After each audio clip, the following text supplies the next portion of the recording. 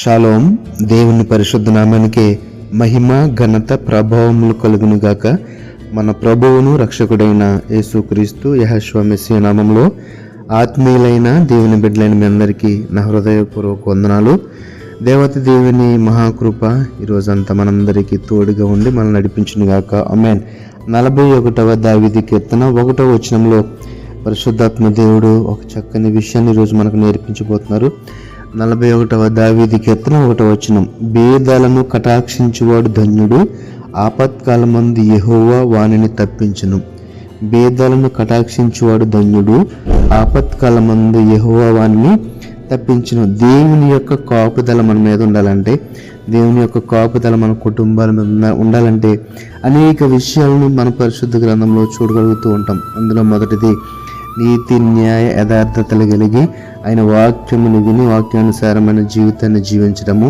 అలాగే ఇంకొక విషయాన్ని ఇక్కడ మనం చూడగలుగుతున్నది ఏంటంటే భేదాలను కటాక్షించడము, లేకపోతే భేదల మీద మనము దయ చూపడము, కనికరం చూపడము. భేదలు అనగా మనకు తెలియని విషయం ఏంటంటే తింటకు ఆహారం లేని వారిని, కట్టుకుంటకు వస్త్రం లేని వారిని, నివసించుటకు గృహం లేని వారిగా మనము భేదలుగా చూస్తూ ఉంటాం కదండి. అలాగే భౌతికంగా అవి అయితే ఆత్మీయంగా మనం ఆలోచిస్తే కనుక ఎవరైతే అనేకమైన బంధకముల చేత బాధపడుతూ వాటి నుండి విడుదల పొందలేక సాతాను అపవాది యొక్క బానిస సంఖ్యల్లో బ్రతుకుతూ ఉంటారో వారిని కూడా దేవుని యొక్క వాక్య సంబంధమైన జ్ఞానం చేత విడిపించి దేవునిలో నడిపించడం కూడా అది ఆత్మీయమైన పేదరికం అని చెప్పవచ్చు. కాబట్టి మనం భౌతికంగా మరి పేదలకు సహాయం చేయడంతో పాటు ఇటువంటి అపవాది క్రియల చేత, సాతాను సంబంధమైన క్రియల చేత బాధపడుచు లోకానుసారముగా జీవిస్తున్న వారిని కూడా మనము దేవుని దగ్గరికి చేర్చడము. అయితే పిల్లగా ఈ యొక్క మాటలో కనుక మనం మరొక మాట, దీనికి సంబంధమైనది మరొక మాటను చూస్తే కనుక లూకాసు వార్త 6వ అధ్యాయము 20వ వచనం చదువుతున్నాను. లూకాసు వార్త 6వ అధ్యాయము 20వ వచనం. అంతటా ఆయన తన శిష్యుల తట్టు పారజూచి ఇట్లనెను, భేదలైన మీరు ధన్యులు, దేవుని రాజ్యము మీది. భేదలైన మీరు ధన్యులు, దేవుని రాజ్యము మీది.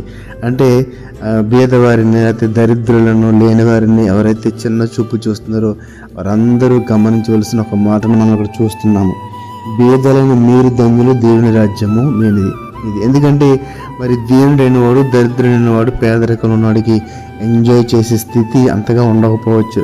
లోకానుసారంగా ఇష్టం వచ్చినట్టు ప్రవర్తించే రీతి అంతగా ఉండకపోవచ్చు. అంటే నీతిగా నియమాలతో యథార్థతతో జీవించే యొక్క చక్కటి స్థితిని మరి వారు కలిగి ఉండవచ్చు. అందుచేత ఇక్కడ చెప్తున్నాడు కదా, మరి దీనులను దరిద్రులను మీరు తక్కువ చూడవలసిన లేదు, దేవుని రాజ్యం వారిది అని పరిశుద్ధాత్ముడు ఈరోజు మనకు నేర్పించిపోతున్నాడు. అయితే ఎందుకంటే మరి ప్రజల దృష్టి, లేకపోతే నాయకుల దృష్టి, లేకపోతే దైవజనుల యొక్క దృష్టి మరి చాలా మట్టుకు ఎవరి మీద ఉంటుందండి?